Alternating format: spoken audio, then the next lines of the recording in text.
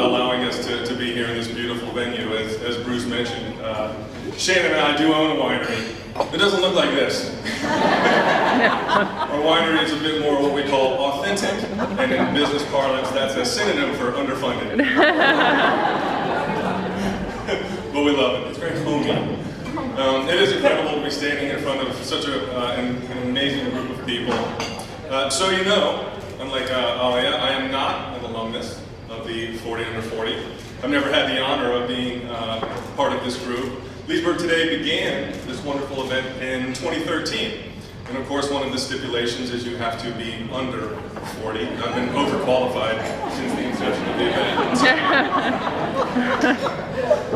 My wife, Shannon, and I have been very fortunate to be recognized by the Loudoun business community for our efforts in both of our businesses. In 2008, our winery, notably the Vineyards, was awarded the Agricultural Small Business of the Year by the Loudoun Chamber. Last year, Mesh on the Media was awarded the Technology Small Business of the Year. And in 2012, I was awarded Loudoun's Entrepreneur of the Year. And it was an incredible night, and an award that I hold very dear to this day. And it's really what I want to talk to you about tonight, is what I hope this event and this night will mean for all of you moving forward. In the days after the 2012 Small Business Awards, I found myself wondering, what's the point?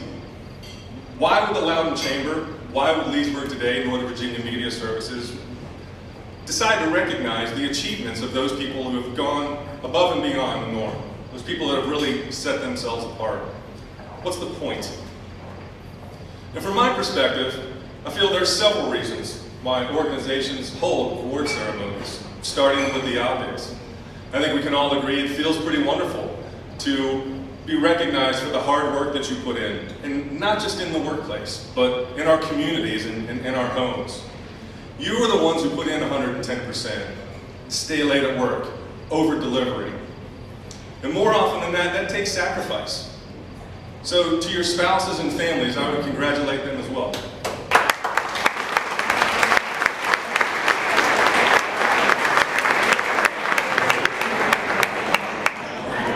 To stand up here and accept this award later, I want you to feel welcomed, and I want you to feel joyful. And I hope you will treasure this evening for the rest of your lives. But I believe there's a deeper reason that we come together to honor each other. And I think these events have the ability to inspire other people. You were the 40 who were chosen, but have you wondered how many others out there just barely missed the cut? This is Loudoun County, the greatest county in America. There's a lot of other talented people out there. Maybe you'll nominate some of them in the future. But the next time you see one of them and they congratulate you on your award, what are you going to say to them?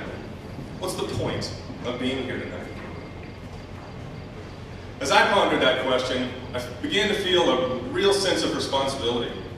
It became clear to me that the point of this experience, well beyond tonight's applause, is to build on this momentum, to become an inspiration for those around you. When you accept your award tonight, I challenge you to recognize that this achievement bears a cost.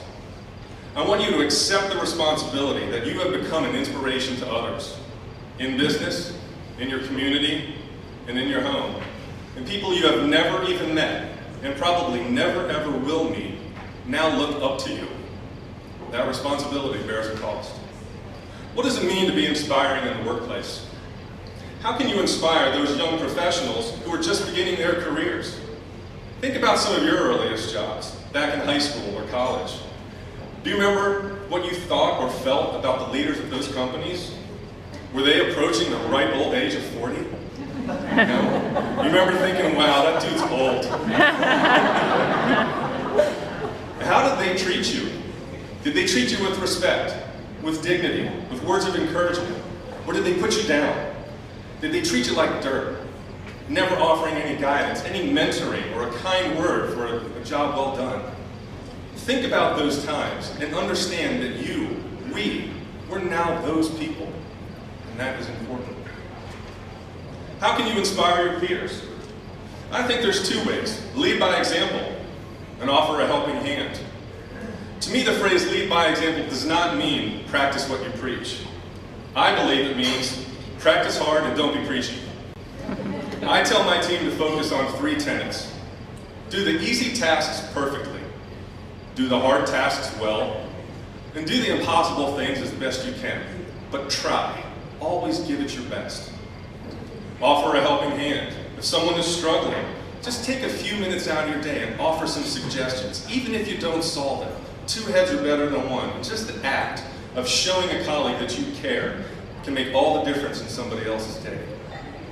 Inspiring your supervisors. Have you ever even thought about that? What does that mean? Mark Zuckerberg, founder of Facebook, recently said, "I will only hire someone to work directly for me if I would work for that person." Zuckerberg gets it, the employee-supervisor relationship. And you have to assume that your executives are thinking the same thing when they look at you. Would they consider working for you if the tables were turned? When I was 14, I was a freshman at Parkview High School. I was hired at the original Meadows Farms nursery out on Route 7. It's now a car dealership. Some of y'all may remember that. I got the job because all my cousins had worked through Meadows, and it was kind of a rite of passage in our family. And working for minimum wage on the mulch pile and getting quarter tips, people pulling up in a Mercedes and saying, "I want 30 bags of mulch, don't get any dirt in it." Okay, here's your quarter. The first day I was introduced to Bill Meadows, known as Farmer, who went on to found, I don't even know how many, I think 28 Meadows Farms and one of the finest golf courses in Virginia. I later learned on my first day, he pulled Eddie Carroll, my manager, inside and said, "Ed, what are you going to do with that kid? He's so scrawny." And Eddie replied, "He's got a great attitude. He's friendly around customers, and he always hustles." And by the end of that first spring, they had given me a nickname, BW. It stood for Boy Wonder. A few years later, when I was graduating high school as my last season at Meadows, Eddie told me, he said, "You inspired me, Steve, to push the other guys harder. I figured if that scrawny kid could stand out there in the freezing rain and rake mulch and move white pines, then those other guys ought to be able to do it as well." Your supervisors are watching you. They're counting on you. Lift them up. Make them proud that you're on their team. One more notion I'd like to put forth regarding being inspirational in the workplace is this. Be fair. Be fair to your colleagues. Be fair to your customers. You want to deliver a great product. You want to deliver a superior service. And by all means, profit from your efforts. That's why we're in business. But always remember, your reputation and integrity are at stake in every transaction, both internal and external. Don't ever risk those for the sake of a few dollars. I imagine that being acknowledged tonight as one of the 40 under 40 will bring you some recognition in your community endeavors. Perhaps someone will bring it up on the sidelines at the kids' practice or at a Cub Scouts meeting.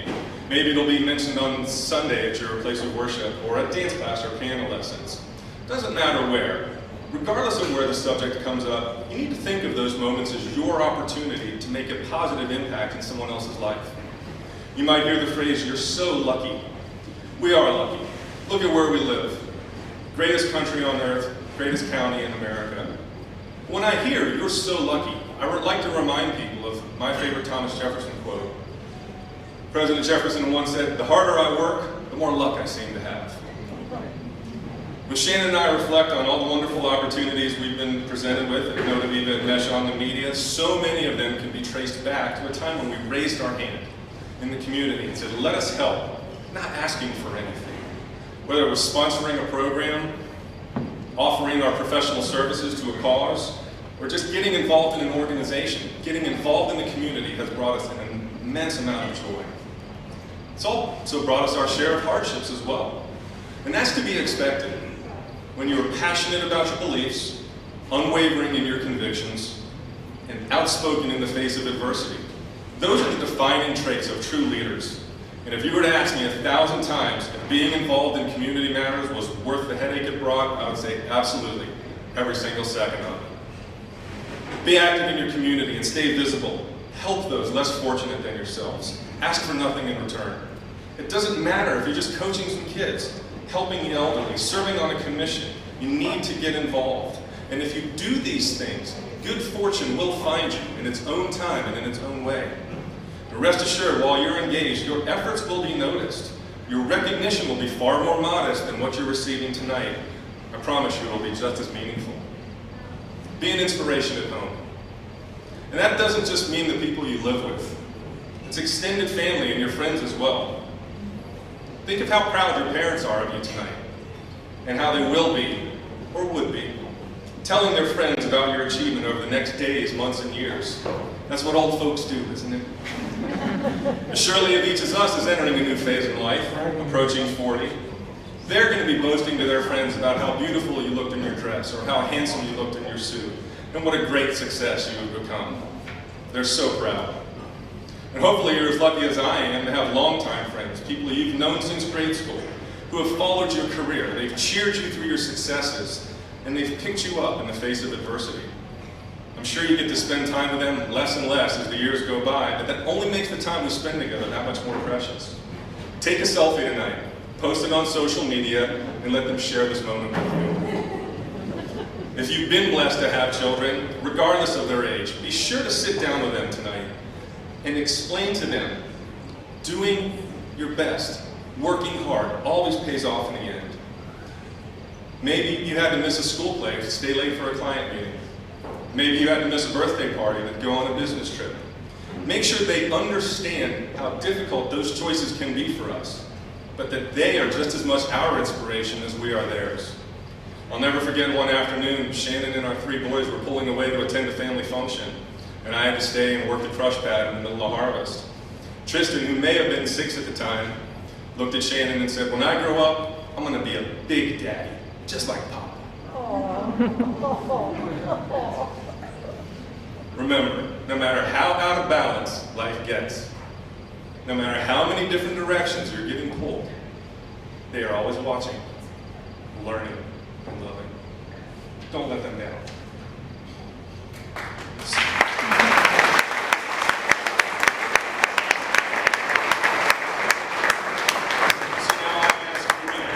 I ask you again, as we gather here tonight, what's the point?